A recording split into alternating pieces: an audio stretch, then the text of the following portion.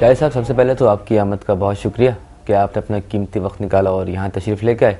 मजलिस वहदत मुस्लिमीन, जैसा कि नाम से ज़ाहिर है कि उम्मत और मुस्लिमीन की वहदत की दाई तंजीम है, तो क्या इंतखाबी पॉलिसी को बनाते हुए वहदत के उनसर को मलूज़ खातिर रखा गया और ख़ास तौर पर शिया तंजीमों के दरमियान मुत्तफ़िक़ा पॉलिसी बनाने के लिए किस हद तक कोशिश की गई? बिस्मिल्लाहिर्रहमानिर्रहीम। सबसे पहले तो आप दोस्तों का शुक्रिया कि जिन्होंने इस क्रिटिकल टाइम पे इस इंटरव्यू का एहतमाम किया। मजलिस वहदत मुस्लिमीन बहरहाल इंशाअल्लाह आप देखेंगे अभी भी और इन फ्यूचर भी देखेंगे कि इस्म ब मुसम्मा है और वहदत मुस्लिमीन को और उससे पहले वहदत मोमिनीन को एक बुनियाद करार देती है। आप अगर हमारी पूरी जामे पॉलिटिकल पॉलिसी देखें तो इस पूरी पॉलिटिकल पॉलिसी के अंदर आपको ये नज़र आएगा कि हमने वहदत मुस्लिमीन को भी मद्देनज़र रखा है और वहदत मोमिनीन को भी मद्देनज़र रखा है। मसलन वो एरियाज़ के जहाँ हमारी सबसे ज़्यादा पॉलिटिकल वर्किंग भी थी और सबसे ज़्यादा हमारी वहाँ पे मैन पावर भी थी, वोट भी मौजूद था और अगर हम वहाँ पर रोल प्ले करते तो हम बहुत अच्छा रोल प्ले कर जाते। उन तमाम इलाकों के अंदर हमें मसलन बक्कर है जो शिया रिच एरिया भी है, लेकिन वहाँ पे हम सिर्फ एक कैंडिडेट खड़ा कर सकें और वो भी उस एरिया के अंदर के जो शिया पॉपुलेटेड एरिया नहीं है। इसी तरीके से आप देखें जंग के अंदर है हम सिर्फ एक सीट के ऊपर बंदा खड़ा कर सके हैं, वो भी कि पूरे जंग के अंदर ऐसे इलाके थे लेकिन हम नहीं खड़ा कर सके। सरगोदा में बिल्कुल यही मिसाल है। लिया में हत्ता हमें एक इंडिपेंडेंट कैंडिडेट को इंडिपेंडेंट कैपेसिटी में सिर्फ इसलिए खड़ा करना पड़ा है ताकि हमारे अपने दरमियान कोई कन्फ्रंटेशन ना हो और वो सब के लिए काबिल कबूल ठहरे। डेरा इस्माइल खान में सिर्फ इसलिए उनको वो हमारे शूरा अली के रुकन हैं जो वहाँ पे कैंडिडेट थे, इंजीनियर खादिम हुसैन, लेकिन उनको सिर्फ इसलिए हमने बतौर इंडिपेंडेंट कैंडिडेट प्रमोट किया कि अगर कोई हमसे हमआंग नहीं है इस वक्त मजलिस वहदत मुस्लिमीन से, लेकिन बहरहाल मकतब अहले बैत से ताल्लुक़ रखता है, तो वो इसे हमारी वजह से इसके खिलाफ ना हो जाए बल्कि ये वहदत का मज़हर करार पाएँ। तो कंट्री वाइड हमने यही पॉलिसी जो है ना वो रखी है और कहीं भी हमने कन्फ्रंटेशन नहीं की है और आज के रिज़ल्ट्स भी इस बात के शाहिद हैं कि किसी एक जगह पर भी हमारे खड़े होने की वजह से कोई मकतब अहले बैत से ताल्लुक़ रखने वाला या कोई मुतदिल अहले सुन्नत हारा नहीं है और यही वो बुनियादी रोल था जो प्ले करना हम चाह रहे थे। दूसरी बात आपने ये की कि क्या पॉलिटिकल जो हमारी शिया रिलीजियस पॉलिटिकल पार्टीज़ हैं उनके साथ भी आपने हमआंगी की है या नहीं की है? तो मैं ये अर्ज़ करूँ कि उनके और हमारे दरमियान ज़ाहिर बातचीत हुई है, मीटिंग्स हुई हैं। अगर हम शिया उलमा काउंसिल की बात करेंगे तो एक बुनियादी थीसिस का फ़र्क है उनके और हमारे दरमियान। तो वो बिल्कुल एक डिफरेंट बेस के ऊपर अपनी पॉलिटिकल पॉलिसी रखते हैं, हम एक डिफरेंट बेस के ऊपर पॉलिटिकल पॉलिसी रखते हैं। तो ये एक ऐसा डिफरेंस है कि जिसको आप मीट नहीं कर सकते। तो फिर प्रैक्टिकली आपको अपनी ही ऑर्गेनाइजेशन की बेस पर एक पॉलिटिकल पॉलिसी बनानी थी जिसके अंदर आपने वहदत मुस्लिमीन को और वहदत मोमिनीन को मद्देनज़र रखना था। मैं समझता हूँ ये ख़ुद छोटी अचीवमेंट नहीं है कि मजलिस वहदत मुस्लिमीन पाकिस्तान की वो वाहिद जिसे आप मेनली शिया रिलीजियस पॉलिटिकल पार्टी कहते हैं, हम इंशाअल्लाह अहले सुन्नत को भी इसमें शामिल कर रहे हैं कि जिसकी ताईद दो अहले सुन्नत की जमातों ने की और हमारे तमाम कैंडिडेट्स को उन्होंने एंडोर्स किया। जमीयत उलमा पाकिस्तान और सुन्नी तहरीक ने दोनों ने ये बाकायदा प्रेस कॉन्फ्रेंस के अंदर कहा कि मजलिस वहदत मुस्लिमीन के कंट्री वाइड जो कैंडिडेट्स हैं ये हमारे कैंडिडेट्स हैं, हम इनको सपोर्ट कर रहे हैं। तो ये शिया सुन्नी वहदत जो है ये भी पहले कभी पाकिस्तान में नज़र नहीं आई है और हमने इसकी बुनियाद रखी। शाहिद साहब, MWM की पॉलिसी के हवाले से कहा जाता है कि आप लोग कहते हैं कि मुतदिल अफराद को मजबूत किया जाएगा चाहे वो किसी पार्टी से भी ताल्लुक़ रखते हों, लेकिन इलेक्शन की आमद होते ही हमने देखा कि अचानक आपने बहुत बड़ी सतह पर अपने उम्मीदवार खड़े कर दिए। इसकी क्या वजह है? देखें, ये दोनों इनके दरमियान कॉन्ट्रडिक्शन नहीं है, तजाद नहीं है। आज भी जब हम अपने बेस के ऊपर खड़े हैं, मसलन पूरा मैं बक्कर कहता हूँ तो बक्कर के अंदर एक सीट मुमकिन है 10 सीटें हों वहाँ पर, उसके एक सीट के ऊपर खड़े हैं, तो इसका मतलब है बाकी तमाम सीट के ऊपर तो आप मुतदिल लोगों को वो कर रहे हैं, ख्वाह वो शिया हैं और ख्वाह वो सुन्नी हैं, मुतदिल लोगों को आप प्रमोट कर रहे हैं। ये उससे कंट्रडिक्ट नहीं कर रही थी, एक बात। दूसरी बात यह है कि ये भी एक रियलिटी है। हमें अपने ज़ाहिर इदारों की रिकमेंडेशंस का इंतज़ार था। जब तक इदारे रिकमेंड ना करें हम वो बात नहीं कर सकते थे। लिहाजा जब तक इदारे ने इसको अलाउ नहीं किया, हमारी शूरा अली ने, हमने ये बात नहीं की। लेकिन ये बात एक रियलिटी है कि पाकिस्तान में हम लोगों को जो मकतब अहले बैत से ताल्लुक़ रखते हैं, फुटबॉल की हैसियत दी जाती है कि एक ठोकर मारेगा दूसरे में, दूसरा ठोकर मारेगा तो तीसरी पार्टी में, PMLN से काफ, काफ से नून, नून से पीपल्स पार्टी में। आपके पास खुद अपनी कोई आइडेंटिटी और कोई शनाख्त है नहीं। लिहाजा हमने स्ट्रेटजिकली ये प्लान किया है कि डिफरेंट जियोग्राफिकल एरियाज़ के अंदर हम ये प्रूव करें कि अगर किसी एक हल्के के अंदर हम एक पॉलिटिकल वर्थ रखते हैं तो उस पूरे हल्के के अंदर हमारी पॉलिटिकल वर्थ है, और आइंदा से फिर उस हल्के और उस पूरे एरिया के अंदर जो डिसीजन मेकिंग है, पॉलिटिकल डिसीजन मेकिंग है, उसमें आपको इग्नोर नहीं किया जा सकता। तो ये उस स्ट्रेटजी के तहत हुआ है, ये कंट्राडिक्ट नहीं कर रही हैं, ये दोनों चीज़ें हम साथ लेके चलें। यहाँ पर एक सवाल पैदा होता है कि जब आप किसी मुतदिल शख्स की हिमायत करते हैं तो उस वक्त होमवर्क की ज़्यादा ज़रूरत नहीं होती, लेकिन जब आप अपने उम्मीदवार, वो भी मिली शनाख्त, कौमी शनाख्त, मजहबी शनाख्त के साथ मैदान में लेकर आते हैं तो यकीनन उस वक्त जो है वो होमवर्क की ज़्यादा ज़रूरत होती है। और जैसा कि मजलिस का साबका है कि उसने कम वक्त में काफ़ी शनाख्त हासिल की है, लेकिन अभी भी वो मतलूब शनाख्त तक नहीं पहुँच सकी है। तो इस सिलसिले में काम की भी काफ़ी ज़रूरत थी। इसके बावजूद जो है वो मजलिस ने अपने उम्मीदवार खड़े किए और इस मैदान में वारिद हुई, जबकि ज़रूरत शायद ये थी कि पहले अपनी साख को मजबूत किया जाता। और ज़ाहिरन लगता यह है कि इस इक़दाम की वजह से इस शनाख्त में कमी आई है, कमज़ोरी हुई है। आप क्या कहेंगे इस बारे में?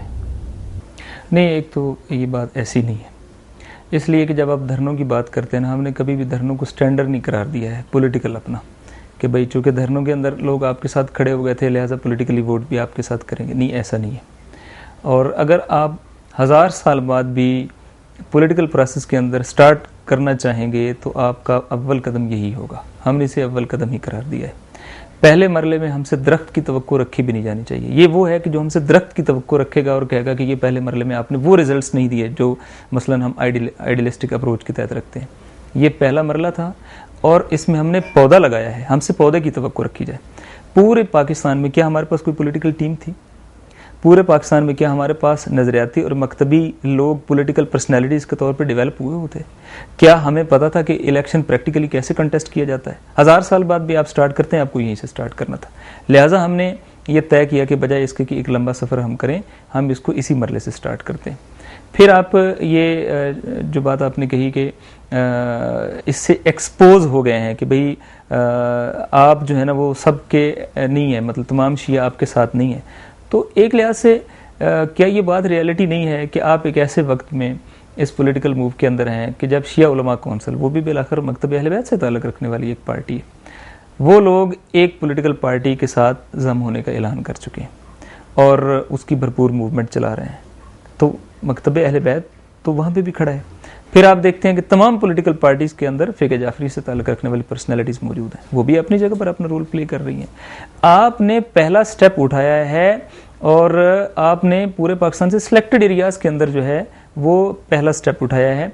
तो इससे आप ये कहें कि पूरे पाकिस्तान में जो धरनों वाली मूवमेंट थी और उसके नतीजे में जो आपकी प्रेस्टीज बनी थी वो कम हो गई है, बिल्कुल भी ऐसा नहीं है।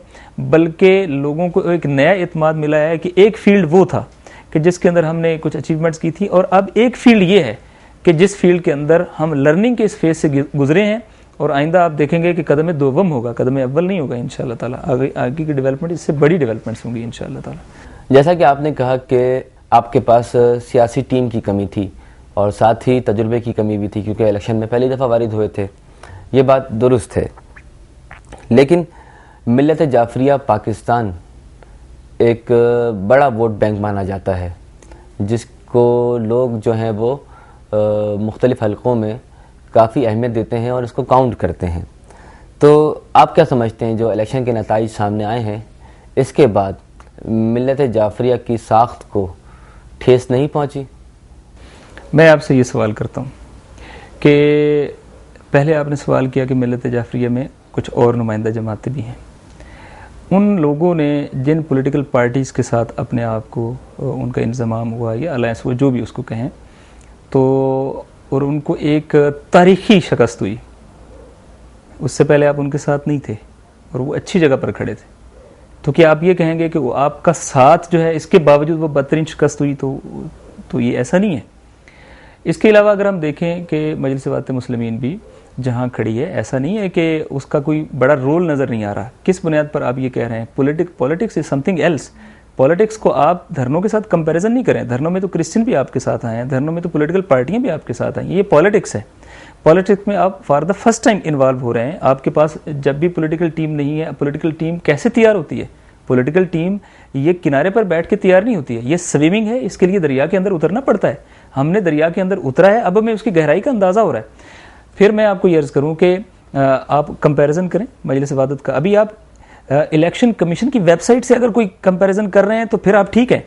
आप इलेक्शन कमीशन की वेबसाइट को छोड़ें, इसलिए कि इलेक्शन कमीशन की वेबसाइट पर जंग में मसलन अख्तर शिराजी के वोट जो हैं वो 14 इस वक्त आ रहे हैं, जबकि प्रैक्टिकली इस वक्त 9400 वोट प्लस उसके वोट डिक्लेयर हो चुके हैं वहाँ पर। तो ये नहीं है रियलिटी। उसकी बुनियाद पर आप नहीं करें। आप किस बुनियाद पर करें?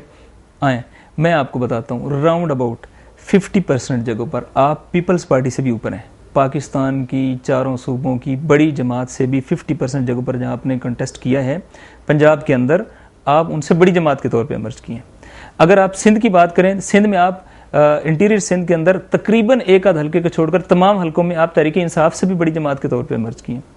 और अगर आप जमात इस्लामी की, जिसकी आप पूरे पाकिस्तान में एक मिसाल दिए करते हैं, जमात इस्लामी के चंद इस्तिस्नाई हल्के को निकाल दें तो पूरे पाकिस्तान में आप जमात इस्लामी से आगे खड़े। तो क्यों आप कहते हैं कि आपकी पॉलिटिकल वेटेज जो है ख़राब हो गया? जमात इस्लामी अगर रिटेन कर रही तो आप क्यों नहीं रिटेन कर सकते? पाकिस्तान की तारीख में पहली मरतबा आप पार्लियामेंट के अंदर चले गए। आपका 4 सीटें ऐसी हैं जिनके ऊपर ऐसा 1 to 1 neck to neck contest हुआ है कि वो तमाम नाकदीन जो हमें कहा करते थे कि जी नहीं, आप अपनी जमात की बुनियाद पर इलेक्शन नहीं लड़ सकते। हमें पता है इस इलेक्शन में क्या हुआ है, लेकिन हमने नेक टू नेक कंटेस्ट किया है। जंग की PP 82 के ऊपर हमने कंटेस्ट किया है, हमने DG खान की सीट के ऊपर कंटेस्ट किया है। और अगर खुदा न खास्ता ये रिगिंग ना होती, जो कुछ कराची में हुआ है ये ना होता, तो ये यकीनी था कि कराची के अंदर कम से कम 2 सीट, आप जानते हैं मुबालगा नहीं करते, मैं रियलिस्टिक बात करता हूँ, कम से कम 2 सीट्स ऐसी थी कि जो कोई आपसे ले ही नहीं सकता था। सोल्जर बाजार की सीट और रिजविया की सीट आपकी ऐसी सीट्स थी जो सीट्स आपकी कन्फर्म थी, सूबाई असम्बली की सीट्स हैं। तो अब ये रिगिंग हुई और जो कुछ हुआ वो सारी दुनिया ने देखा कि वहाँ पर क्या हो रहा है। और ये इलेक्शन है, ये इलेक्शन के नाम पे बदतरीन रिगिंग और बदतरीन धांधली वहाँ पर हो रही है। तो ऐसा नहीं है कि हम कहें कि हम जो है ना वो हम अपने आप को एक्सपोज कर बैठे हैं बहुत नीचे आगे, नहीं, बिल्कुल भी ऐसा नहीं है। आप एक बड़ी पॉलिटिकल फोर्स के तौर पर पाकिस्तान के पॉलिटिकल एरिना के अंदर आ गए। अब आपको कंसिडर किया जा रहा है, हुकूमत साजी के मामलात में भी आपको बलूचिस्तान के अंदर कंसिडर किया जा रहा है। और ओवरऑल भी आपकी एक पॉलिटिकल वर्थ, आपका पॉलिटिकल प्लान आपका सामने आना नजर। लाहौर जैसे शहर के अंदर जो कभी पीपल्स पार्टी का एक बड़ा मरकज होता था, आपका एक फर्स्ट टाइम वहां पर खड़े होने वाला कैंडिडेट जो है वो भी पीपल पार्टी से ज्यादा वोट लेता है। आप जिस हल्के से खुद लियाकत बलोच खड़ा है, लियाकत बलोच जो मरकजी सेक्रेटरी जनरल है, उसके नीचे वाला जो जमात इस्लामी का उनका कैंडिडेट है जो कि हमारे सूबाई के अंदर खड़ा था, वो हमसे बहुत नीचे खड़ा होता है। तो आप क्यों ऐसा कहते हैं कि हम लोग जो हैं वो बहुत नीचे चले गए? नहीं, बिल्कुल भी ऐसा नहीं है। ये पॉलिटिकल सीन है, पॉलिटिकल प्रोसेस का पहला मरला है। आप अपने आप को कंपैरिजन करें तहरीक इंसाफ के साथ। तहरीक इंसाफ का बर्थ क्या था? आपको आज 1.5 महीना 2 महीने हुए हैं पॉलिटिकल प्रोसेस के अंदर आए हुए। तहरीक इंसाफ जब आई थी, पहली मरतबा तहरीक इंसाफ पाकिस्तानी पॉलिटिकल प्रोसेस के अंदर जब आई थी, 1 लाख कुछ हज़ार वोट लिए थे उसने, और पूरे पाकिस्तान से कोई सीट नहीं ली थी। आप अभी अपने वोटों का तनासिब निकालें, उससे बहुत ज़्यादा है। और आप अभी चेक करें कि अल्हम्दुलिल्लाह आप बिलाखिर आप सीट निकाल चुके हैं। आप किसी न किसी तौर पार्लियामेंट के अंदर आने की आप स्टार्ट कर चुके हैं, आगाज़ कर चुके हैं, एक अच्छा आगाज़ आपका हो चुका है। तो आप उसके बाद तहरीक इंसाफ ने अगला इलेक्शन लड़ा, 1 सीट ली 5 साल बाद, जबकि उनके पीछे फाइनेंस था, जबकि उनके पीछे प्रोजेक्ट्स थे, शौकत खानम था, उसकी एक क्रिकेटर होने का फेम था और बहुत सारे लोग उनके साथ इसके बावजूद मिले हुए थे, फिर भी वो आप जितना वोट नहीं ले सके थे दूसरी मरतबा कंटेस्ट करके। आज वो 17 साल बाद इस जगह पर खड़े हैं और आप उसको 17 साल बाद अपने साथ कंपैरिजन करना चाहते हैं। आप उसके भी पहले मरले के साथ अपना पहले मरले को कंपैरिजन करें।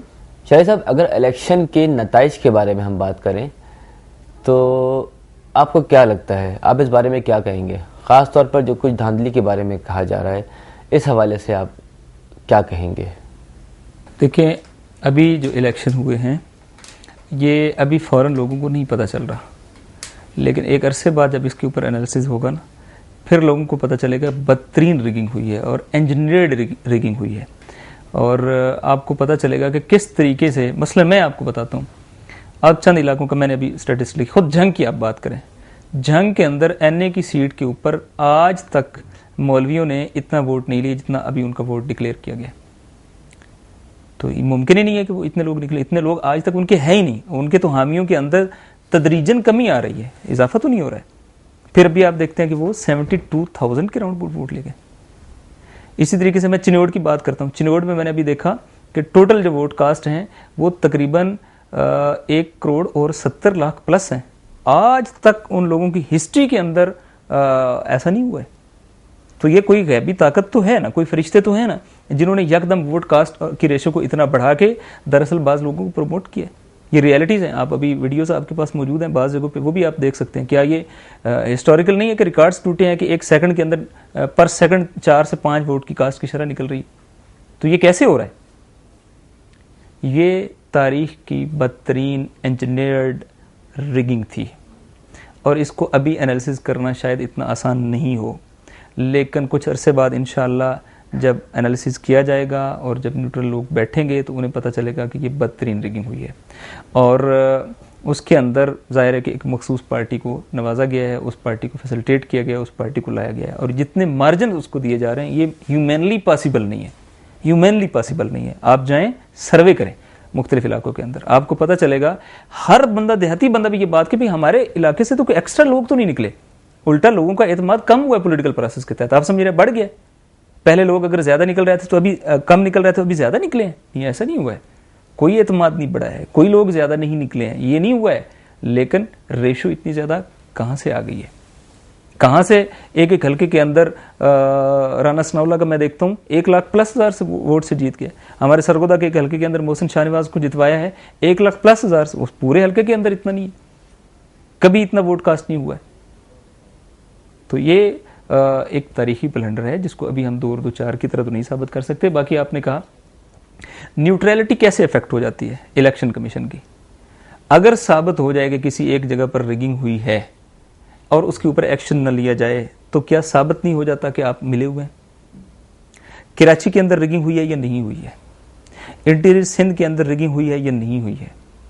हमारे जनूबी पंजाब के अंदर रिगिंग हुई है या नहीं हुई है? क्या उसकी वीडियोस अवेलेबल नहीं है? क्या एक्शन है जो लिया जा रहा है? फिर हमने एक मुतालबा किया था फौज की निगरानी में इलेक्शन करवाने का। इसका मतलब समझते हैं आप? इसका मतलब ये था कि एक ऐसा एनवायरनमेंट लोगों को दिया जाए कि हर बंदा अपने घर से इस एतमाद से निकले कि वो अगर वोट कास्ट करेगा तो आज़ादाना कास्ट करेगा और वापस घर जाएगा तो आज़ादाना वापस आएगा, उसके ऊपर कोई कदगन नहीं होगी, कोई प्रेशर नहीं होगा। ये एनवायरनमेंट क्रिएट करना असल फौज की जिम्मे था। ये नहीं है कि आप क्विक रिस्पांस फोर्स के तौर पर खड़े होंगे, कहीं झगड़ा हो गया, 2 बंदे मारे गए तो उसके बाद फौरन आ जाएं, एम्बुलेंस भी पहुंचाएं और मजीद झगड़े को रोकें। झगड़े से पहले उसका सद्देबाब करना है। बुनियादी तौर पे फ्री एंड फेयर इलेक्शन कब हो सकते हैं? जब पीसफुल एनवायरनमेंट आप दें, जब एक बंदे को यकीन ही नहीं है कि वो घर से निकलेगा और वो दुरुस्त अपना वोट कास्ट कर सकता है, वो घर से निकलेगा, वो अपनी गली के अंदर आएगा, अपनी जान जो है वो हथेली पे रख के आएगा? नहीं आएगा। तो एक बहुत बड़ी हकीकत है इस वक्त कि ये इलेक्शन भी रिग्ड है और अगर चंद जगहों पर भी ये ऐसा हुआ है जो प्रूव्ड है मसलन, तो चीफ इलेक्शन कमीशन को अपने ओहदे पे रहने का कोई जवाब नहीं है। लेकिन इसके बावजूद वो कंटिन्यू कर रहे हैं और बाज़ जगहों पे मसलन ये कह के तो एक इसको आप कह लें कि लगा लिपटी करने की कोशिश की जा रही है कि हम ना चंद पोलिंग स्टेशंस पर दोबारा करा रहे हैं। मैं आपसे एक सवाल करता हूँ, क्या जब एक हल्के के अंदर पोलिंग हो रही होती है, 4 पोलिंग स्टेशन पर फर्ज करें रिगिंग साबित हो गई, क्या ये आइसोलेटेड होता है या उस पूरे एरिया के ऊपर इसका इफेक्ट आ रहा होता है? मैं एक दूसरे पोलिंग स्टेशन पे जाने वाला आदमी हूं, वोटर हूं, जब मुझे पता चलेगा कि इधर लड़ाई हो रही है, मारा मारी हो रही है, मैं घर से निकलूंगा, पूरा एरिया इफेक्ट हो गया, पूरा कराची इफेक्ट हुआ है। तमाम पॉलिटिकल पार्टीज ने इसके ऊपर बात की। जमात इस्लामी ने बाइकाट किया, ANP ने बाइकाट किया, सुन्नी तहरीक ने बाइकाट किया, सुन्नी इत्तेहाद कौंसिल ने बाइकाट किया, मजलिस वहादत मुस्लिमीन ने नताइज को कबूल करने से इनकार किया, PMLN ने कराची के अंदर नताइज को कबूल करने से इनकार कर दिया। कान पे जूं तक नहीं रहेंगी इनके। तो कुछ तो है ना कि इतना बड़ा होने के बावजूद तमाम पॉलिटिकल पार्टियों ने, एक पार्टी के अलावा, ऐसा फ्री हैंड। आप पूरी वीडियोस देखें, किसी एक वीडियो में आपको आर्मी नजर नहीं आती, रेंजर्स नजर नहीं आती, जबकि शहरी रेंजर्स और आर्मी के लिए मारूफ है। क्यों नजर नहीं आती? क्यों खुल के खेलने का मौका दिया? किन ताकतों ने मौका दिया? तो साफ है वहां के मफादात उनके साथ अटैच हैं तो वहां उनको प्रमोट किया गया है, पंजाब के मफाद किसी और के साथ अटैच है तो यहां उनको प्रमोट किया गया। तो ये बड़ा क्लियर है। इन इलेक्शन को फ्री एंड फेयर कहना ये तारीखी मजाक होगा। गुज़िश्ता से मुताल्लिक एक सवाल दोबारा पैदा होता है कि मजलिस वहदत मुस्लिमीन ने तकरीबन 60 या 62 उम्मीदवार खड़े किए इलेक्शन के अंदर, तो इब्तदाई कदम के तौर पर क्या ये तादाद ज़्यादा नहीं थी? इस बारे में आपका क्या ख्याल है? देखें, ये मैं एक बात का एतराफ़ करना चाहूँगा। हमने प्लान किया था, हमने कराची में पूरी दुनिया के अंदर डोनर से रब्ते किए थे और उसके बाद डोनर्स कॉन्फ्रेंसेस हुई थी। ख़ुद मैंने बाद में एड्रेस किया था, राज साहब ने एड्रेस किया था। हमें ये यकीन था कि हम इसके नतीजे में बुनियादी फ़ाइनेंशियल ज़रूरियात पूरी करने की पोजीशन में होंगे, क्योंकि हमारे ये लोग जो खड़े हुए थे ये लोग मुस्तज़फ़ तबके की नुमाइंदगी कर रहे थे और मुस्तज़फ़ीन ही में से थे। ये कोई लैंडलॉर्ड नहीं थे, ये कोई सरमायादार नहीं थे, ये सरमायादारों के ख़िलाफ़ जंग लड़ रहे थे। तो एनालिसिस में ये चीज़ें बयानी चाहिए। हमने, मैं आपको बड़ा कैटेगरिकली ये कहता हूँ, 2 और 2 4 की तरह, हमने पूरे पाकिस्तान की ये पॉलिटिकल मूवमेंट ये हमने एक MPA के खर्च से भी कम में लड़ी है। एक MPA के ऊपर जितना खर्च आता है, एक रीज़नेबल MPA के ऊपर, उससे भी बहुत कम में हमने पूरे पाकिस्तान की ये पॉलिटिकल मूवमेंट लड़ी है। तो ये पहला मरला है। पहले मरले में हमने गुलेलों के साथ इन टैंकों के मुकाबले में जंग लड़ी है। हमें यकीन है जैसे कभी फ़लस्तीनियों के पास गुलेलों के साथ चूँकि उन्होंने मुकावमत की और शुरू में ज़ाहिर है नतीजे नहीं दे सके, लोग हंसते होंगे।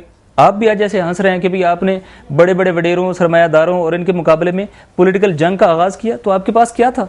नहीं है, कुछ नहीं है हमारे पास, लेकिन हमारे पास दीन की कुव्वत भी है, हमारे पास इंशाल्लाह पूरा प्लान भी है। और 11 मई हमारा नुक्ता इख्तिताम नहीं है, हमारा नुक्ता आगाज़ करार दिया हुआ हमने इसके बाद अपनी पॉलिटिकल स्ट्रेटजी का आगाज़ करना है। ये इख्तिताम नहीं है, ये स्टार्ट है हमारा। तो हमारे पास लेकिन अनफॉर्चुनेटली हुआ ये कि नहीं हम मैनेज कर सके फाइनेंशियल, हम एक बदतरीन क्राइसिस के अंदर आ गए। तो आप यूँ समझे कि हमारी फ़ौज मोर्चों के अंदर, सियासी मोर्चा था, फ़ौज मोर्चों के अंदर लड़ रही है, ख़ुद वो मुस्तज़फ़ हैं, लोगों से वो रब्ता कर रहे हैं। कभी आपने कोई MPA देखा है कि जिसके पास कार तक ना हो और मोटरसाइकिलों के ऊपर कैंपेन चला रहा हो? आपको तो इसे मौजज़ा कहना चाहिए। आपका बकर का जो हमारा कैंडिडेट है वो 18,000 प्लस वोट लेता है, क्या ये मौजज़ा नहीं है? आपका मुख्तलिफ इलाकों के अंदर जो कैंडिडेट हैं वो अच्छा वोट बैंक भी शो करते हैं। तो ये एक बड़ी बात है। मैं समझता हूँ कि आप इसको इस अंदाज से देखें कि हमने इंतहाई कम वसाइल के अंदर रहते हुए हमने इस जंग का आगाज़ किया है। और एक बात और भी आपके लिए क्लियर है, हमें ये फ़िरका वाराना और ये बातें भी कही जाती हैं, शिया बेस, ये ठीक नहीं है। क्या हमारे रहबर इमाम अव्वल ने ये नहीं कहा कि ज़ालिमीन के मुकाबले में और मज़लूमीन के मददगार बनकर रहना? क्या इमाम खुमैनी अलैहिर्रहमा ने ये नहीं कहा कि हम हर ज़ालिम के ख़िलाफ़ हैं, चाहे वो शिया ही क्यों ना हो, और हर मज़लूम के साथ हैं चाहे वो गैर मुस्लिम ही क्यों ना हो? हमारी ये लाइन है, हमने इस लाइन के अंदर पाकिस्तान के अंदर काम करना है। हमने ये जंग शियों की जंग नहीं लड़ रहे, हम मज़लूमीन की जंग लड़ रहे हैं। मज़लूमीन के अंदर हमारे अहले सुन्नत भाई भी हैं, मज़लूमीन के अंदर हमारे क्रिश्चियन भाई भी हैं, मज़लूमीन के अंदर हमारे सिख और ईसाई भाई भी हैं पाकिस्तान के अंदर। हम उन सब की जंग लड़ रहे हैं। अपने इमाम अव्वल अलैहिस्सलाम के सीरत के ऊपर चलते हुए हम मज़लूमीन की जंग लड़ रहे हैं, ज़ालिमों के मुकाबले में लड़ रहे हैं। ये पहला मरला था। हमने ये एहतियात की है, वो जो मैंने आपको बताया, इत्तेहाद बैनुल मुस्लिमीन और इत्तेहाद बैनुल मोमिनीन की खातिर। लेकिन आइंदा हम इस जंग को खालिस्तन जालिम और मजलूम की जंग के अंदर बदल देंगे। अगर कोई जालिम जो है वो खुद को शिया कहलवा के एक स्टैंड के ऊपर खड़ा होगा, हम उसकी हिमायत नहीं कर सकेंगे। लेकिन अगर कोई मजलूम होगा, उसका ताल्लुक किसी भी मकतब फ़िक्र से होगा, अगर वो मजलूम होगा हम उसकी हिमायत में खड़े होंगे। हमने मजलूमीन का हाथ पकड़कर उनको खड़ा करना है। और अल्हम्दुलिल्लाह मजलिस इबादत ने मजलूमीन को यह हौसला दिया है। मैं आपसे पूछता हूँ, क्या निसार खोड़ों के मुकाबले में तीसरी पोजीशन पे आना और फंक्शनल को पीछे छोड़ देना, फंक्शनल हाँ शायद फंक्शनल भी पीछे, कई पार्टियाँ पीछे हैं, 5-6 पार्टी, शहीद भुट्टो पीछे है, दीगर पार्टियाँ पीछे हैं, जो आपका इलाके का 3rd पोजीशन वहाँ पे हमारे लाड़काना सिटी के अंदर जो है वो ली है। क्या इतने वडेरों के मुकाबले में आना आप इसे मामूली बात समझते हैं? क्या आपको ये इल्म नहीं है कि ये वडेरे जब कोई इनके मुकाबले में खड़ा होता है तो इसको किस किस रद्द अमल से गुजरना पड़ता है उस इलाके के अंदर? क्या आप ये क्रेडिट नहीं देंगे मजलिस इबादत कि ये ऐसी मजलूमीन की जमात बनी है जिसने मजलूमीन को हौसला दिया है कि इनके मुकाबले में खड़ा हुआ जा सकता है, इनको चैलेंज किया जा सकता है, इनके मुकाबले में स्टैंड लिया जा सकता है? हमने पहले कदम अव्वल के तौर पर यह काम किया है। हमने इंटीरियर सिंध के अंदर, बदीर के अंदर हम खड़े हुए हैं, खैरपुर के अंदर हम खड़े हुए हैं, सखर के अंदर हम खड़े हुए हैं, लाड़काना के अंदर हम खड़े हुए हैं। हम मजलूमीन खड़े हुए हैं, ये पहला मरला है मजलूमीन के खड़े होने का। हमने उनको चैलेंज करना सीखा है, हमने उनकी आंखों में आंखें डालकर बात करना सीखा है। हमने पहली मरतबा अपने साथ कुछ मजलूमीन को जमा करके उनको वोट की शक्ल में कन्वर्ट किया। हमें नहीं पता इसके बाद क्या रद्द-ए-अमल आता है, हम उसके लिए भी आमादा और तैयार हैं। लेकिन हमने जो काम किया है इसको इस एंगल से देखें। हमने मजलूमीन को खड़े होना पूरे पाकिस्तान के अंदर सिखाया है। हमने पूरे पाकिस्तान में शिया और सुन्नी को हाथों में हाथ डालकर उन हमारे अहले सुन्नत भाइयों का जिनका हाल मैं बयान नहीं कर सकता, जिनके दरगाहों पे हमले किए जा रहे हैं, दादा दरबार से लेकर सखी सरवर तक, जिनके जो अहम तरीन शख्सियात हैं उनको टारगेट किलिंग का शिकार किया जा रहा है, जिनके जो सजादा नशीन है और मुतवल्लियान हैं और जो मुख्तलिफ दरगाहों के अहम हजरात हैं उनको सिंध के अंदर अभी सुसाइडल अटैक हुए, उनको शहीद किया जा रहा है। क्या ऑप्शन है उनके पास? या मिलिटरली इस थ्रेट से डील करें या पॉलिटिकली इस थ्रेट से डील करें। हमारा ये कसूर है मजलिस इबादत का कि इस मुश्किल तरीन कैफियत में लोगों को मिलिटेंसी की तरफ जाने देने की बजाय अपने उन सुन्नी भाइयों का हाथ पकड़ के उनको भी खड़ा कर रही है, खुद भी खड़ा हो रही है और पॉलिटिकल मैदान के अंदर इन वडेरों और मौजूदा जो फासिक निज़ाम के बड़े अलमबरदार हैं उनके मुकाबले में खड़े होने का हौसला अता कर रही है। ये हमारा जुर्म है। तो ये नुक्ता आगाज़ था, ये जुर्म था, ये जुर्म हमने किया है, हम भी करेंगे। अगर कोई सैयद शोदा से ये पूछने का, अलबत्ता मैं नौज़बिल्ला इसको उसके साथ कंपैरिजन नहीं करता, मैं सिर्फ किस कसरत और किल्लत की बात करता हूँ, उनसे ये पूछने का हक नहीं रखता कि आपके पास इतने चंद लोग थे और उसके बाद जंग का कोई जवाब नहीं था, तो हमसे भी इस सियासी जंग में कोई अददी किल्लत की बुनियाद पर स्टैंड लेने का कोई जवाब नहीं पूछे। हमने उसी सीरत को जिंदा किया इंशाअल्लाह। शाहिद साहब, पाकिस्तान में मजलूम बरेलवी सुन्नी तबका और सुन्नी जमातें जिसमें सुन्नी तहरीक और सुन्नी इत्तेहाद कौंसिल शामिल हैं और वो यकीनन दहशतगर्दी का निशाना भी हैं, मौजूदा इलेक्शन में उनकी अमली कारकर्दगी और मजलिस वहदत मुस्लिमीन की कारकर्दगी को किस तनाजुर में देखते हैं और इनके मवाजने के नतीजे में आप किसकी कारकर्दगी को बेहतर समझते हैं? मैं उनको इस इलेक्शन की कारकर्दगी को ना इन नंबर और इन वोट नहीं एनालिसिस करता हूँ, मैं एनालिसिस करता हूँ पाकिस्तान में जंग क्या है। आपकी बाइंडिंग फोर्स थी ला इलाहा इल्लल्लाह, ये बाइंडिंग फोर्स थी तो पाकिस्तान बन गया। इसी स्लोगन पे बना ना पाकिस्तान का मतलब क्या, ला इलाहा इल्लल्लाह। दुश्मन ने काम किया हमारे ऊपर, कहा कि इस बाइंडिंग फोर्स को तोड़ते हैं। बाइंडिंग फोर्स ला इलाहा इल्लल्लाह को कैसे तोड़ सकते हैं? अगर हमें फ़िरके में तकसीम करें, ग्रोह में तकसीम करें, इलाकाई ग्रुप्स में तकसीम करें, ज़बान की बुनियाद पर तकसीम करें, नस्ल की बुनियाद पर तकसीम करें, ताकि असल बाइंडिंग फोर्स टूट जाए। ये किया गया हमारे साथ। हमने क्या किया है? हमने एनालिसिस किया है कि असल प्रॉब्लम यहाँ पर है कि हमारी बाइंडिंग फोर्स को जो ला इलाहा इल्लल्लाह की सूरत में है, जिसमें तमाम मुसलमान अपनी दीगर सारी शनाख्तें ख़त्म करके अपनी इस शनाख्त को बाकी रखते हैं, ये हमसे छीनी जा रही है। मजलिस वहदत मुस्लिमीन ने पाकिस्तान में इस ट्रेंड को दोबारा स्टार्ट किया और शिया और सुन्नी ने मिलकर पाकिस्तान में ला इलाहा इल्लल्लाह के उस कल्चर को दोबारा ज़िंदा किया है। हमने कौमियतों को शिकस्त दी है, हमने लिसानियत को शिकस्त दी है, हमने ज़बान की बुनियाद पर, इलाके की बुनियाद पर होने वाली तकसीम को शिकस्त दी है और हमने ला इलाहा इल्लल्लाह की बुनियाद पर एक नई ग्रुपिंग खड़ी की है। और इस ग्रुप के अंदर आप देखेंगे अगर पाकिस्तान में दो ब्लॉक्स हैं, एक जो ऐसे लोगों का है जो मोतदिल लोग हैं और एक उन लोगों का है कि जो अपनी राय के अलावा किसी की राय को पसंद नहीं करते हैं और जो उनकी राय के अलावा कोई राय रखता हो वो उसके लिए हर तरह का अंदाज इख्तियार करते हैं, सुसाइडल अटैक से लेकर हर तरह का अंदाज। किस ग्रुप को आपने मजबूत करना है? ये इन नंबर बात ही नहीं है, ये इन स्ट्रेटेजिकल पार्टनरशिप बात है। हमने पाकिस्तान में अहले सुन्नत बरेलवी हजरात जो पाकिस्तान की तादाद में सबसे ज़्यादा बड़े हैं, उनके साथ हमने स्ट्रेटेजिकल पार्टनरशिप डेवलप की है और आप ये देखेंगे कि अगर ये partnership in the long run चलेगी तो कदम दुव्वम में इसमें इजाफा होगा, उसके बाद हम इसके अंदर एडप्ट करेंगे और इंशाअल्लाह ताला हम दोनों मिलकर पाकिस्तान को भी बचाएंगे और पॉलिटिकल प्रोसेस के अंदर भी एक मजबूत कुव्वत के तौर पर उभरेंगे। हमें पता है कि उसके अंदर भी क्या मुश्किलात हैं, उनके ऊपर भी क्या कितने अतराफ से काम नहीं हो रहा और कितनी ताकतें हैं कि जो उन पर ऊपर काम नहीं कर रही हैं कि किसी तरीके से वो शिया और सुन्नी की इस यूनिटी को ना होने दें। ज़ाहिर है हमने उनके मुकाबले में क्या ये दुरुस्त नहीं है कि पूरे पाकिस्तान में मजलिस वहदत के वाहिद हिमायत याफ्ता अगर कोई लोग थे तो वो सुन्नी इत्तेहाद कौंसिल, सुन्नी तहरीक और जमीयत उल पाकिस्तान नूरानी ग्रुप थी। क्या ये शिया सुन्नी वहदत नहीं है? क्या इसके नतीजे में हम पाकिस्तान ने एक नया और मुस्बत कल्चर नहीं दिया है? क्या हमने तकफीरी कुव्वतों को एक सख्त पैगाम नहीं दिया? ये अचीवमेंट है हमारी इस पॉलिटिकल प्रोसेस के ज़रिए से।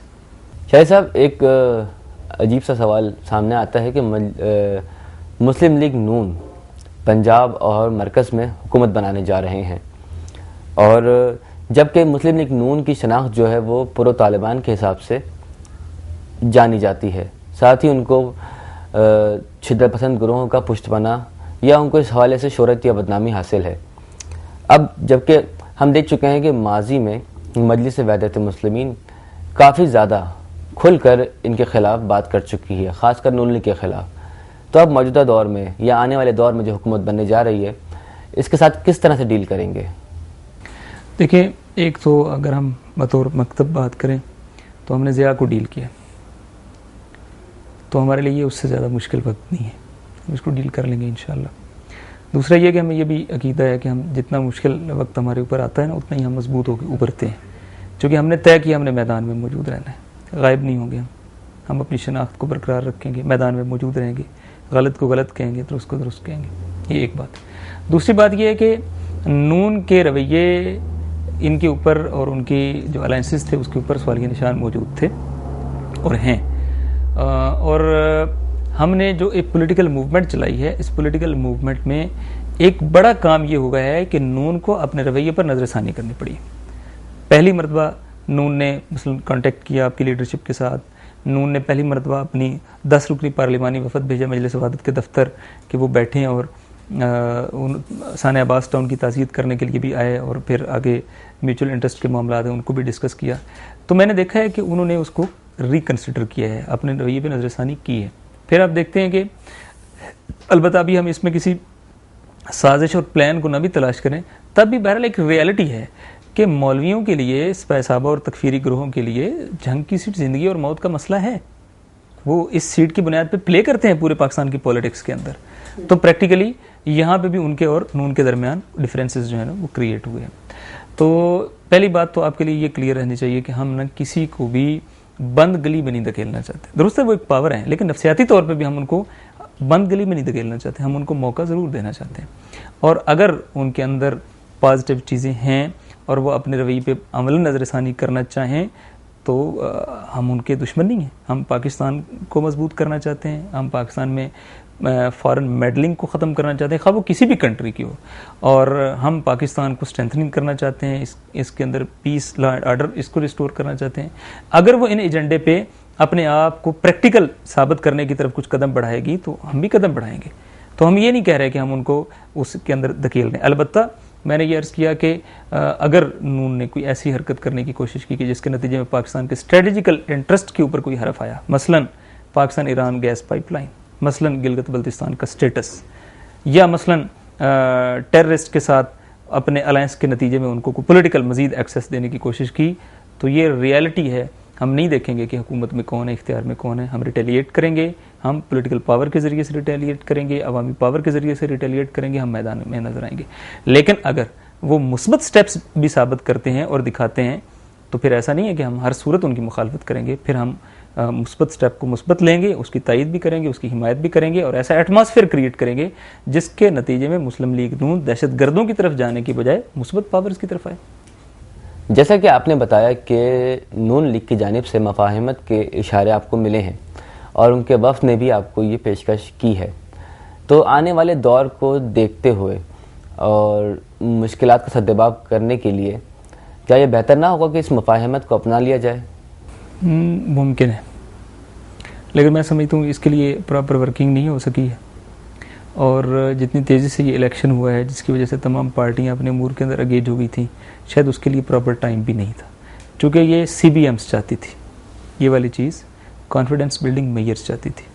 अलबत्ता बाज़ चीज़ें की हैं, बात बिल्कुल ही इब्तदाई अगर हम बात करें तो उन्होंने की हैं। मसलन लाहौर में जब दहशत गर्दी हुई थी तो वाकई में मुझे लगा कि संजीदगी के साथ लाहौर की गवर्नमेंट ने, सूबाई गवर्नमेंट ने इसके ऊपर एक्शन लिया है, और उसकी कई चीज़ें फिर हम चूँकि ऑन बोर्ड थे तो वो मुझे अंदाज़ा हैं। लेकिन इस सब के बावजूद अभी नून को बहुत कुछ करना बाकी है, और उसी की बुनियाद पे कुछ ऐसी चीज़ें वो दिखाएगी जिसकी बुनियाद पे हम अपनी पब्लिक को भी मुतमिन कर सकते हैं। तो अनफॉर्चुनेटली इतने शॉर्ट स्पैन ऑफ टाइम में ये नहीं हो सका। अगर ये हो सकता तो बहुत अच्छा था, ये ऐसा नहीं है कि ये बात गलत है, ये बात दुरुस्त है, लेकिन अमलन नहीं हो सका। शाह साहब, कौमी सतह पर और बैनुल-अक़वामी सतह पर क्या तब्दीलियाँ होती हुई नज़र आ रही हैं, जबकि हम देखते हैं कि ज़रदारी हुकूमत ने मुशर्रफ पॉलिसी, ख़ासकर तालिबान के साथ रवैये में उस पॉलिसी को जारी और सारी रखा, जबकि दूसरी तरफ नून लीग को और इमरान खान को जो है वो इस हवाले से इम्तियाज़ इस तरह का हासिल है कि वो तालिबान से मुज़ाकरात के हामी हैं, और फिर अमेरिका को अफ़गानिस्तान से भी निकलना है। साथ ही ईरान गैस पाइपलाइन का मसला है जिसके बारे में सऊदी और अमेरिका को काफ़ी ज़्यादा तहफ़्फ़ुज़ात लाहक हैं। तो इन सब सूरत हाल को देखते हुए आप आइंदा का मंज़रनामा किस तरह से देखते हैं? देखें, बहरहाल ग्रेट गेम भी हो रही है और बड़ी पावर्स भी हमारे मंतके में बहुत ज़्यादा एक्टिव हैं, और आप जानते हैं जियो पोलिटिकली, जियो स्ट्रेटजिकली बहुत ही इम्पॉर्टेंट एरिया के अंदर हम रहते हैं। हम चाइना के बॉर्डर पे हैं, हम ईरान के बॉर्डर पे हैं, हम एटॉमिक पावर हैं, हम 20 करोड़ लोगों की नेशन हैं, हम दुनिया की आबादी के बड़े हब के ऊपर हैं, हम मिडल ईस्ट को साउथ एशिया से मिलाते हैं, हम सेंट्रल एशिया को मिडल ईस्ट से मिलाते हैं। तो बहुत इम्पॉर्टेंट है, कोई शक नहीं है इसमें।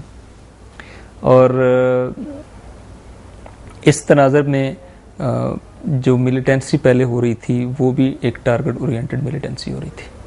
अगर सिर्फ अहदाफ के तहत मिलिटेंसी हो रही हो तो क्या तालिबान ये डिक्लेयर करेंगे कि 3 पार्टियों पर हम लोग सुसाइडल अटैक नहीं करेंगे? नहीं, बल्कि वो इनको फैसिलिटेट कर रहे थे। इसका मतलब है कुछ पावर्स थी जो ये तालिबान को एक टूल के तौर पे यूज़ कर रही थी कि ये वाली पार्टीज जो हैं इनको फैसिलिटेट करवाएं। प्रैक्टिकली हुआ, आप देख रहे हैं। एक बात। दूसरी बात यह है कि बहरहाल पाकिस्तान इस वक्त जिस कैफियत में है, एनर्जी की क्राइसिस से गुजर रहा है, इकोनॉमिकल क्रंच से गुजर रहा है, बदअमनी की बदतरीन कैफियत से गुजर रहा है। मौजूदा हुक्मरान बदतरीन फेलियर के शिकार होंगे जो भी आ रहे हैं अगर वो इन चीज़ों को ओवरकम करने के लिए प्रैक्टिकल स्टेप्स नहीं उठाएंगे। एनर्जी की नीड IPL से पूरी होती है, ईरान पाकिस्तान जो गैस पाइपलाइन है, और जो अमन का मामला है वो उसी वक्त प्रैक्टिकली मैनेजेबल होता है जब लॉ एनफोर्समेंट भी कवी हो और तालिबानाइजेशन भी रोक दी जाए। और इसी तरीके से पाकिस्तान की इक्तिसादी मुश्किलात भी उसी वक्त हल हो सकती हैं जब पाकिस्तान के अंदर कोई स्टेबिलिटी आए। तो अगर ये पाकिस्तान के मौजूदा हुक्मरान इन चीज़ों को मैनेज नहीं करेंगे तो ये बदतरीन फेलियर का शिकार हो जाएगा। और फिर मुझे बदकिस्मती से खुदा न करे अगर पाकिस्तान उस तरह चला गया तो पाकिस्तान के अंदर सीरियन रेप्लिका जो है ना वो होने का इम्कान है, खुदा न करे। अलबत्ता इंशाल्लाह बईद है, लेकिन बहरहाल बदतरीन कैफियत का अगर हम कोई सीन बनाए तो फिर यही सीन बन सकता है। चूँकि पाकिस्तान में तालिबान भी हैं, चूँकि पाकिस्तान में वही फॉरेन फोर्सेस जो वहाँ पर मेडलिंग कर रही हैं और इंटरफेरेंस कर रही हैं वो यहाँ पे भी कर रही हैं, और बदकिस्मती से पाकिस्तान भी उतना ही वल्नरेबल है जितना शायद सीरिया हो। लेकिन इंशाल्लाह खुदा हमें इससे बचाएगा। और पाकिस्तान के अंदर बहरहाल हम खुद चूँकि एक स्ट्रांग फोर्स के तौर पर हैं तो ये इतना आसान नहीं है, और ये कहना भी वो इंशाल्लाह बईद है। लेकिन बहरहाल बदतरीन चीज़ों को भी हमें अपने सामने ज़रूर पेश नज़र रखना चाहिए।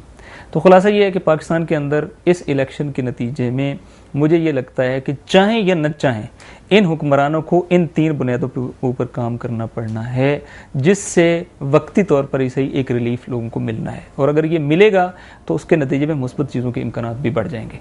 तो वो इंशाल्लाह ताला अगर हमारा अच्छा रोल होगा पाकिस्तान की पॉलिटिक्स के अंदर तो हम इसको मैनेज करा सकें। बहुत शुक्रिया जी सर। आखिरी सवाल क्या गलतियां की और क्या सबक सीखा आपने? हाँ, दुरुस्त है। देखिए, एक बात मेरे लिए बहुत इम्पॉर्टेंट है। जैसा मैंने कहा कि हम तो जनाब अली इब्न अबी तालिब अलैहिस्सलाम की सीरत ही को आइडियल करार देंगे। हम देखते हैं कि आइम्मा ये फरमाते हैं कि खुदा ने उलमा से ये अहद लिया है कि वो भूखे की भूख पर खामोश नहीं रहेंगे। दुरुस्त है। कभी पाकिस्तान के अंदर हम उन इलाकों, उन फाकाज़दा बस्तियों और उन महरूम इलाकों के अंदर कभी गए ही नहीं थे कि जब इस पॉलिटिकल प्रोसेस के नतीजे में हम उन तमाम इलाकों तक भी गए हैं कि जहाँ एक घर है, जहाँ 2 घर हैं, जहाँ खाने की रोटी नहीं मिलती, जहाँ पीने का पानी नहीं मिलता, जहाँ दीगर दुनिया के साथ कोई राब्ता नहीं है, हम वहाँ पर पहुँचे। तो पहली बार हमें लोगों के दुख, लोगों की मुश्किलात, लोगों के मसाइल, लोगों की हकीकी कैफियत और हकीकी ज़िंदगी से हमें आशना होने का मौका मिला है।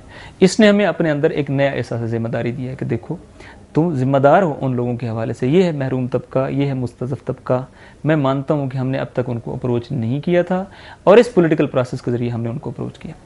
उसके बाद ये कि अगर मैं मिनिमम भी कहूँ तो शायद हम 40-50 लाख लोगों तक हमने इंटरेक्ट किया है, राब्ता किया है। इस राब्ते का इस 1 महीने के अंदर ये राब्ता हमने डेवलप किया है। हम उन लोगों तक गए हैं, उन तक अपना पैगाम पहुँचाया है।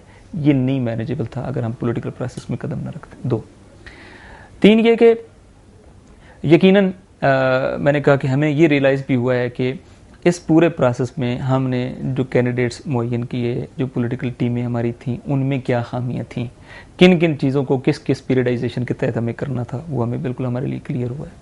फिर ये है कि ख़ुद इस माली हवाले से, प्लानिंग के हवाले से बहुत सारी चीज़ें हैं कि जिनसे हमने जिन गलतियों से हमने सबक सीखा है कि हमने ये इंशाल्लाह गलतियाँ आइंदा नहीं दोहरानी है।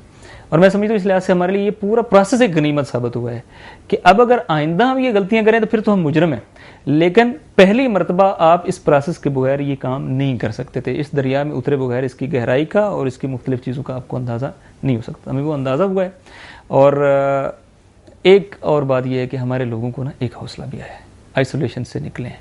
मैंने देखा है खैरपुर मीरस में, आप देखें वीडियो, मतलब 1200 1500 कारें हैं कि जो कायदे वहदत सेक्रेटरी जनरल अल्लामा राजा नासिर अब्बास साहब का इस्तकबाल कर रही हैं, उनके साथ जा रही हैं। ठीक है, सब ने आपको वोट नहीं दिए होंगे, आपकी बात सुनी है या नहीं सुनी, आपने उन तक अपना पैगाम पहुंचाया या नहीं पहुंचाया, वो आपके साथ इंटरेक्शन में आए या नहीं है, क्या उनमें सुन्नी भी है या नहीं है, क्या आपने प्रैक्टिकल पाकिस्तान के अंदर कोई मूवमेंट आप मुझे बताएं पाकिस्तान के अंदर जिसमें शिया और सुन्नी इकट्ठे चले। ये पॉलिटिकल मूवमेंट है जिसमें शिया और सुन्नी इकट्ठे चले, कोई प्रैक्टिकल मूवमेंट नहीं पाकिस्तान में। हम शिया जो मूवमेंट चलाते हैं उसमें 2-4 सुन्नी लोगों को गेस्ट के तौर पे बुला लेते हैं, अहले सुन्नत भी कहीं बुलाते होंगे तो हमें से कोई गेस्ट बुला लेते हैं। कोई प्रैक्टिकल आप बता सकते हैं कोई एक मूवमेंट जिसमें शिया और सुन्नी कदम ब कदम मिलाकर पूरे पाकिस्तान में एक मूवमेंट चला रहे हो? ऐसा नहीं। लेकिन अल्हम्दुलिल्लाह इसके नतीजे में हम ये कर चुके हैं और शिया और सुन्नी वहदत में भी हमने काफ़ी ज़्यादा इंप्रूवमेंट की है। सबसे बड़ा फेलियर ये है, और उसका मैं अलबत्ता पहले से एहसास था। आपको याद होगा, आपने मेरी जितनी गुफ्तगुएं होंगी, मैंने कहीं ये नहीं कहा हम इतनी सीट्स ले लेंगे। मैं तो ये एक सीट को भी तोहफा इलाही समझता हूँ। हमने कहीं नहीं कहा था हम सीट्स लेंगे, हमने कहा था हम वजीफ़ा शरई के लिए आए हैं, मैदान के अंदर उतरेंगे, लोगों को एतमाद देना चाहते हैं, लोगों को खड़ा करना चाहते हैं और इस मैदान में अपनी स्ट्रेंथ को साबित करना चाहते हैं। बाज़ जगहों पे बहुत अच्छा आपने अपनी स्ट्रेंथ को साबित कर लिया है और बाज़ जगहों पे जहाँ नहीं कर सकें हमें लर्न करने का मौका मिला है और हम इंशाल्लाह आइंदा चीज़ों को बेहतर से बेहतर करके इंशाल्लाह। नाज़रीन इकराम, इसी के साथ ही हमारे प्रोग्राम का वक्त ख़त्म हुआ। उम्मीद करते हैं कि आपने हमारे प्रोग्राम से इस्तेफ़ादा किया होगा। अगले प्रोग्राम तक के लिए इजाज़त दीजिए। अल्लाह हाफ़िज़।